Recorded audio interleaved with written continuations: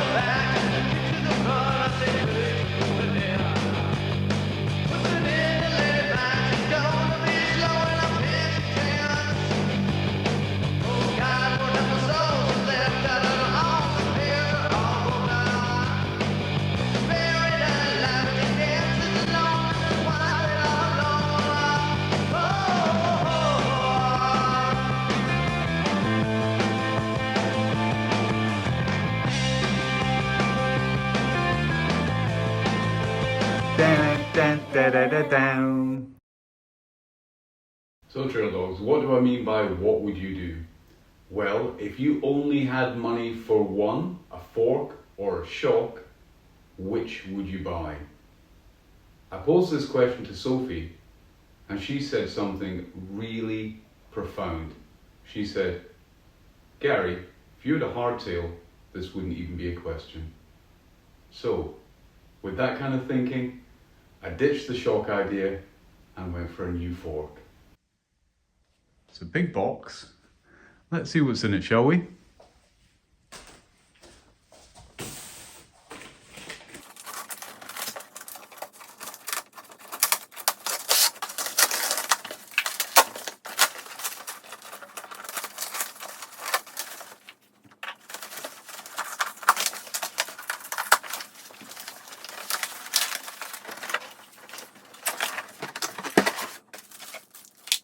Ladies and gentlemen,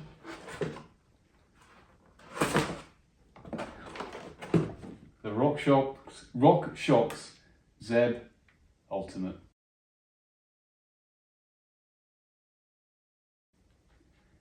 This thing is fantastic. Woo! Now then, I should explain how we got here. Usually, I don't make large purchases. Why? It's hard to explain. Although I am obviously a middle-aged man and I don't go to the pub, we don't go to restaurants very often, and I sure as hell don't smoke, this means that I have expendable income. So buying something like a fork which costs €1,000 is within my budget. I mean, I'm not going to do it every week, but if I need to do it, then I can do it. However, I'm also a Yorkshireman. Now, for those of you who are not familiar with Yorkshiremen, people from Yorkshire tend to be careful about their purchases, shall we say. Very careful. You know that buyer's remorse you get? You go off and you buy something and then you go, oh, should I have bought that? In people from Yorkshire, buyer's remorse is at an advanced state. That is to say, it hits you before you actually purchase the damn thing, which oftentimes means you don't purchase them. Now, I've been looking at a fork upgrade pretty much since I got my bike. I bought the Propane Tyee, as many of you will know, and I bought it in poverty spec. That is to say, I specified nothing extra from the base build. Since then, I've upgraded just about everything apart from the suspension. The wheels are for another video and on another day. But I've been toying with the idea of changing the suspension for quite some time. So we've just come back from holiday and we were in Emporia, our local shopping centre, getting stuff for the kids to go back to school with, which basically meant being dragged through every single shop by Gabrielle looking for stuff, with Miles and myself standing outside, bored to tears, bored, and Gabby coming out, and I've bought this little thing, don't care, I'm bored. Anyway, by the 4th or 5th or 25th shop, we're standing outside, and normally I don't do this. I don't distract myself with things. I can just watch people going past and enjoy the silence of my head. But on this occasion, after many visits to many shops, I put my hand into my pocket, took my phone out, and started kind of browsing on Facebook. And I'm looking on Facebook, and then there's an advert from a guy, and he's selling a RockShox Zeb Ultimate in that kind of fire red, and he's selling it for, I think it was $760. So I messaged him saying, okay, I'm interested because that's a really good price. Would you be interested in sending it to the European Union, specifically to Sweden? Because if you are, then I'll buy it off you. And put the phone back in pocket and expected nothing more, because at this point it's about 3:30, 4 o'clock in the afternoon European time. He's in the States, so that's at least 5 hours behind. And I thought, I'm not going to hear anything until later on in the day. A couple of minutes later, my phone buzzes and it's the guy. And he says, yep, if you pick up the shipping, I'll send it to you. So he did a quick hunt around, and we came to an agreement that for $90 he would send it across to the European Union and it would be insured, etc., etc. So okay, $90 on top of the original, that's $860 euro, they're on a par. So round about 900 euros. Okay, that's a good price. And then so we started discussing payment, and then I started to get advanced buyer's remorse. But more than that, I started to think, I don't know this guy, and I'm going to send him nigh on 1,000 euros. What happens if he all of a sudden gets a bout of dishonesty? What am I going to do then? Because I'm not going to send it my credit card. I've got to send him money, direct bank transfer. So, long story short, Sophie says to me, oh, we can use PayPal, because PayPal will take the money, hold it until the goods have been sent, and then once the buyer is happy, PayPal will then release the funds. So I suggested this to the seller, and the seller said, really looking for a quick sale, PayPal are going to hold on to the money for about 21 days. I need the money for a new build. And I went, okay, well, look, best that we just leave it then. So that was that. And I felt just a pang of, the fear of missing out. So arrived home, got straight onto the computer and started looking for Zeb Ultimates on this side of the water. Now, I've been looking for quite some time, and they've been sold out for quite some time also.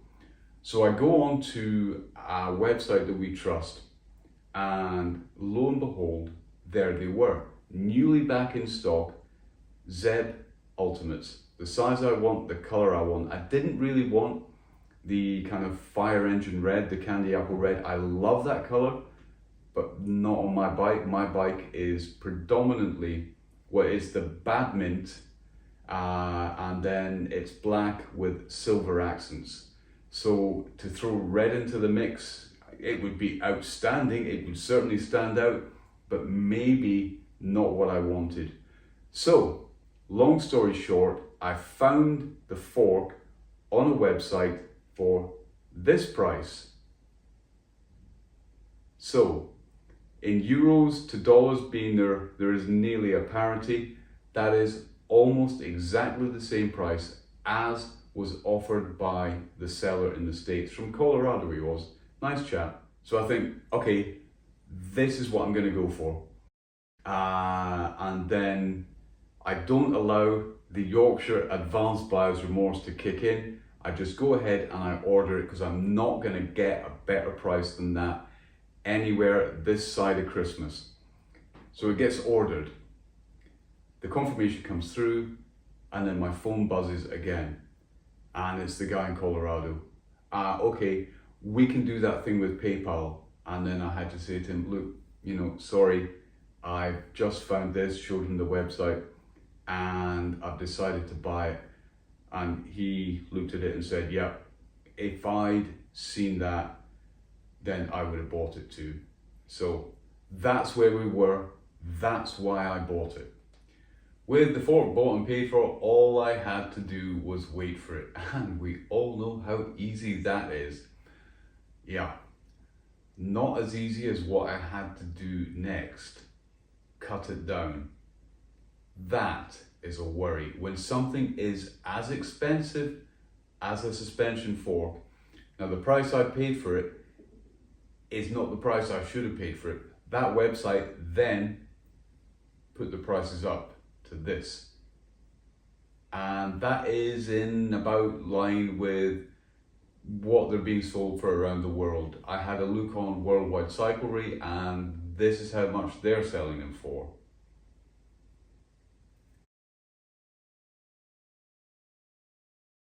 So bearing in mind, for something at that price, you're now going to have to cut it down yourself. It's a worry, but this is what I did. I took my old fork, my Yari, and I measured it with a measuring tape. And then I measured it again, and I wrote it down, and then I measured it again, and I wrote it down, or I confirmed. Then I went and asked Sophie, and she measured it, and she wrote down what she found, and fortunately both numbers were exactly the same. Then I got my pipe cutter out and I cut it. Fortunately, I cut it to the right length. Now, tip, if you're speccing a fork for the first time, so you've got your frame, you're doing your fork, you're not going to have an old fork for reference, you can do this. Take your new fork, mount it into your frame, put the number of spaces you want on, then put your stem on, clamp the stem, then mark the top of the stem with something to mark the fork, just a scratch on it. Then take the stem off, then from that scratch measure down 3 millimeters, scratch it again, and the second scratch is where you cut. That's how you do it. It worked for me because, let me explain something else. The last thing I had to do was set the crown race. The crown race cup is the bit that sits there. I've removed it from this. There's a little point at the back, a pry bar under there, and you pull the thing off, but then you have to get it on your new one. Now, there's a special tool to do that, which I don't have. And I could buy one because they're not particularly expensive, or rather some of them are very expensive and some of them are inexpensive. It's a big metal bar that you put over the end of the steer tube, and you smack it down with a hammer, forcing the crown race cup into place. I could buy one, and then it would sit in a drawer for years and years and years, because how often do you buy forks? Well, within the last 6 months, we have bought 3. A Lyric Select Plus for Miles, a Lyric Select Plus for Gabby, and a Zeb Ultimate for myself. So what did I do? I took it to my local bike shop and they fitted it for me. all 3 times. And do you know what they charged me? Biscuits. They refused payment in every single way. I said, no, just bring us some biscuits. So Bike Masters in Limhamn, Malmö, salutes to you. That was the fork, cut down, assembled, and I guess you want to know what it rides like. Well, let's go ride bikes. Beautiful day for a ride, and here we have our Zeb Ultimate. Now, a few facts and figs. It's a 38mm stanchion and I've moved up from the 35mm stanchion. They range from 160 travel up to 190 travel. I've got 170, so kind of towards the bottom end, which means it should be stiffer. Well, certainly stiffer than a 190.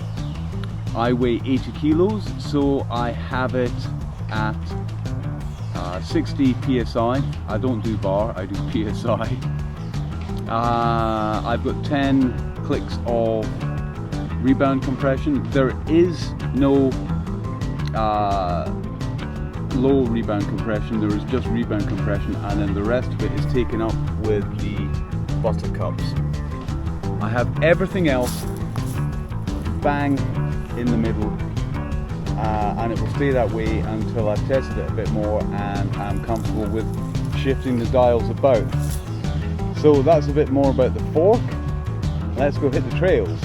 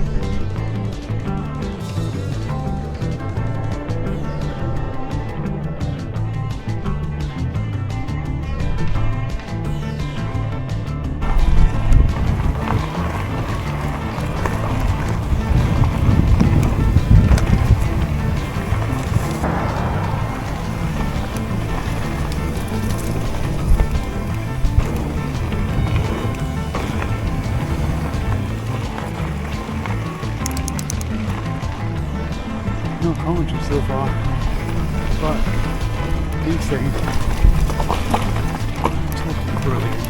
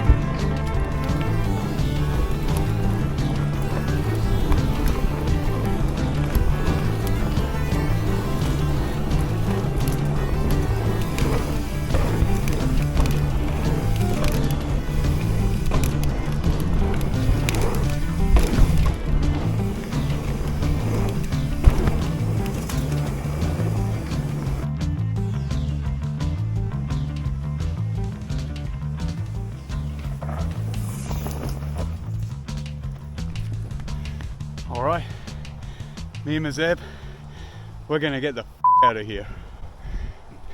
Okay, so that's what it looks like in action, but what does it feel like in action? Well, I'm not the most experienced rider in the world. However, what I can say is that the step up from the Yari, the base level Yari, up to the top level Zeb is the difference between night and day. To make that live, to make that work for you, I got a couple of videos, both on the same trail, both on the same bike. One was earlier in the year on the Yari. The other one I took at the weekend there on the Zeb. The difference in, I don't know how long the section of trail is. It's not that long, maybe 200-300 meters. Check out the time difference at the end. It is spectacular.